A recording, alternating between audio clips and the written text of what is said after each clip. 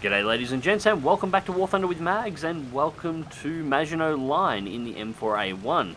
Today we're doing a bit of a live gameplay, mainly because, well, generally when I do my post-commentary videos about a tank or an aircraft, I tend to throw in a little bit of history, but there's really not a lot to cover with this thing. It's an M4A1 in the French tree. It's the American Sherman, identical to the American Sherman in the American tree. It's battle rating 3.3. It uses the same 75mm M3 cannon, and as you can see, I'm firing the same M61 APC BC shot. It's exactly the same tank as we've been playing for ages out of the US tree. It does come in a darker shade of olive green, however, so I suppose there's a difference for you. Anyways, the main reason I'm driving this tank around is I'm trying to spade it at the moment because it is actually a really good match for my AMX-13 FL11. It makes a good pairing, so I want to get the spade completed on this one. Now, as I said, we're on Maginot Line. I do like this map, although I will say it is wearing a little thin on me at this point. Not because there's anything wrong with the map itself. The map itself is perfectly fine in my opinion. It's more of a case that this map it's becoming a little bit like Norway was. It's just in rotation so goddamn often. Anyway, I'm going to hold here at the corner as we cap this out. Now, it does look like we've got a little bit of action happening just south to us. Something is approaching. We do have an allied tank to our right. I'm not entirely sure what it is at this point in time, but there's definitely an engagement going on there, so we should probably move up and just make sure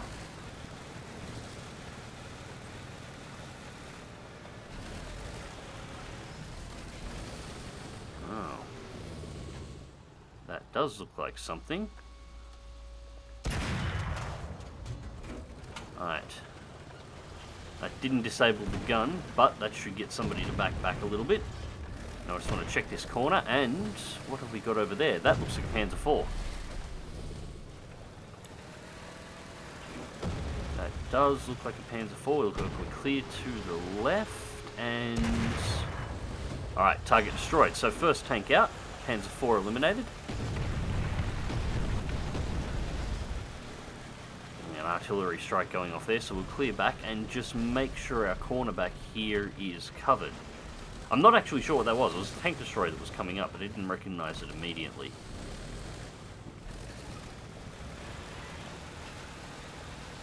And no, doesn't look like anybody's coming up on that corner. If they're smart, they could be trying to flank around the back of the building here, so we'll poke our heads back around this corner and see what we can see. Because I want to be careful. Part of the reason why I like this map is it's an excellent map for actually engaging in the kind of ranges that tanks would actually engage in.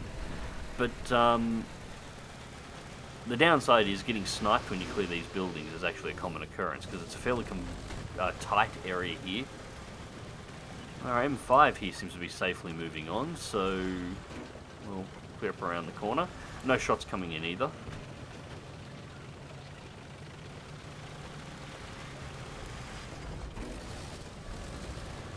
Where did that guy go?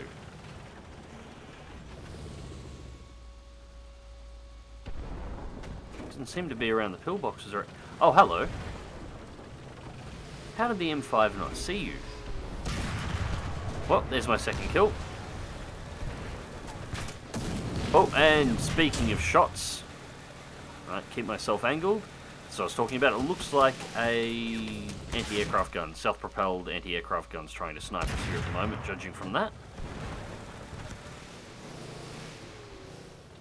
Oh, we did see smoke there, so it looks like somebody's taken it out, but I'm just going to keep backing off just in case.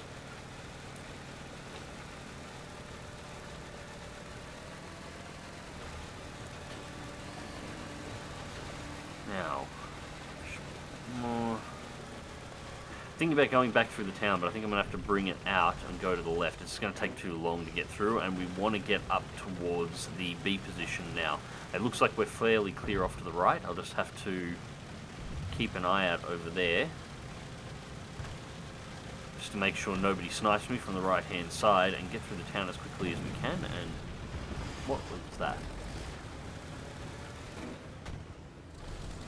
Nothing. Thought I saw a tank, or the arse of a tank, sneaking through the buildings heading towards C Point, but it looks like we're good. So yeah, we'll head through this section of the town, put a couple of buildings to our right-hand side. That should make sure that nobody actually tries to snipe us out. Head up towards the B line, and well, B line looks like it's fairly secured, but that's going to be the logical place to attack. It's actually the easiest point to get to from the enemy spawns, so that is the place they're most likely going to head to. Once you've actually got control of C and some tanks in place, one or two tanks can actually hold down C really easily. A, I have no idea why they have control of A and we don't. We should have that back already. I can't see any markers on the map to indicate combat going on there at the moment.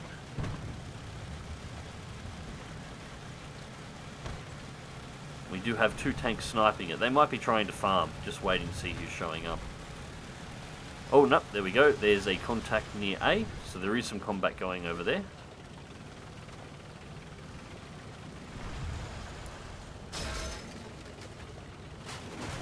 Head through the market. I would really like to see them do some finish to this town. I think I mentioned this in the last video. The biggest issue with this, it has a really nice town layout for some good town fighting, but as you can see, it looks like the buildings are just plonked onto the terrain rather than actually, like onto a texture rather than actually being part of the terrain. I'd like to see them put a little bit more finish into that town. Anyways, now clear of that. Who's off on my right? Nobody that I can see.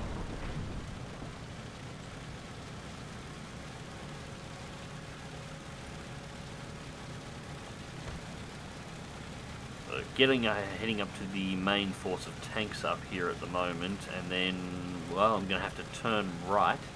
Although once I'm up onto the ridgeline, I should be able to check the ridgeline south of A, because that's normally where the enemy team would line up their own snipers. Alright, so, let's see if we've got anybody over the... Oh, hello, I see you. A little Panzer, we'll call it... We shot a little long there. We'll go a little bit under 800 meters. We'll call it 700 meters. Bullseye. Alright, so 700 meters to that ridge line. And we have another target, kilometer. Alright, so 1,000 meters looks to be the right range, but he moves, so we'll try that again. Gotcha. So 1,000 meters to that ridge line. Alright, and is there anybody else over here that we can have a word to at the moment?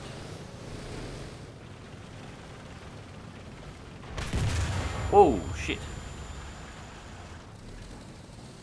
That was not nice. Alright, just keep this front plate angled. And drop an arty strike there. And get the gun up. Much better. Alright, so that's kill number 5.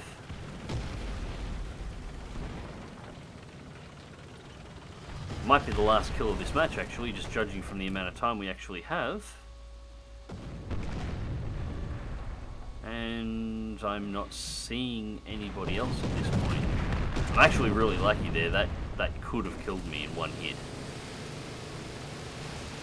The armor on the M4A1 is not what you would call fantastic, but it gets the job done when you need it to. So, actually, one of its biggest advantages, and also one of its sort of its biggest negatives, is actually its size. The Shermans are actually quite large. They don't look it, but they are significantly bigger than you think they are. But that means the internals are actually spread out over a larger area, so it makes it unlikely that one shot's going to hit all of the key internal components in a single shot. And there is somebody on the other side of that building, although looking at the amount of tickets left and the fact that we're capping A, I don't think we are going to get him. Come on, stick, there you are. 700? 800, you would call 800.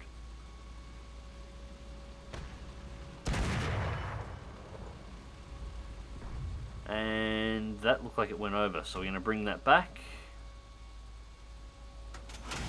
Reload on 600 and fire. And end of the match. 600 looks a little short. I should have gone for 700. And so, on to the results of the match, where we got second place for the team, 1 base cap and 5 kills, 1,483 points in total.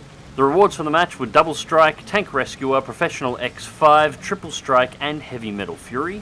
And this match was enough to complete the spade on the French M4A1 for me. The rest of the research went towards the AMX, which wasn't particularly efficient, but it's still going there. There was 2,412 research points, with only 622 due to the rank gap between the two vehicles actually going to the new tank, and I brought home 24,855 Silver Lions for the match, with a premium count of course.